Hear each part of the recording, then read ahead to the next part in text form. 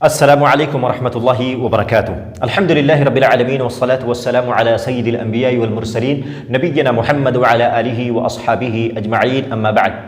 ناظرین کرام، امام بخاری رحمہ اللہ نے اپنی کتاب صحیح بخاری کے اندر باب باندھا ہے، باب وجوب صوم رمضان، اور رمضان کے روزہ کی وجوب کا باب۔ اللہ تبارک و تعالی نے تمام مسلمانوں پر ماہ رمضان کا روزہ فرض قرار دیا ہے۔ امام بخاری رحمہ اللہ استدلال کرتے ہیں، یا ایھا الذین آمنوا کتب علیکم الصیام کما کتب علی الذین من قبلکم لعلکم تتقون، اے ایمان والو، تم پر رمضان المبارک کا روزہ فرض قرار دیا گیا ہے جیسا کہ تم سے پہلے لوگوں پر بھی فرض قرار دیا گیا۔ مقصد کیا ہے؟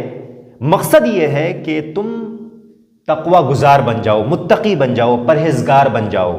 اللہ تبارک و تعالی ہمیں ہر سال رمضان المبارک کا مہینہ عطا کرتا ہے تاکہ ہمیں متقی بنایا جا سکے۔ میرے عزیزو، تقوی کیا ہے اس کو سمجھنے کی ضرورت ہے۔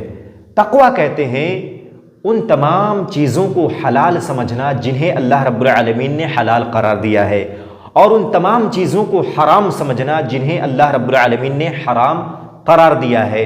اللہ اور اس کے رسول صلی اللہ علیہ وسلم کی اطاعت کرنا اور منہیات اور منکرات سے پرہیز کرنا، یہی تقوی ہے۔ سعدی رحمہ اللہ کیا ہی بہترین بات کہتے ہیں، لباس التقوی یستمر مع العبد ولا یبلا۔ تقوی کا لباس بندہ کے ساتھ مستمر رہتا ہے، کنٹینیو رہتا ہے، وہ بوسیدہ نہیں ہوتا۔ تقوی یہ خوبصورت چیز ہے، وہو جمال الروح والقلب، اور تقوی یہ دل اور روح کی خوبصورتی ہے۔ اللہ رب العالمین قرآن مقدس میں فرماتا ہے، وَلِبَاسُ التَّقْوَى ذَلِكَ خَيْرٌ، تقوی کا لباس یہی سب سے بہتر ہے۔ اسی لیے میرے عزیزو، رمضان المبارک کی آمد کا مقصد سمجھے۔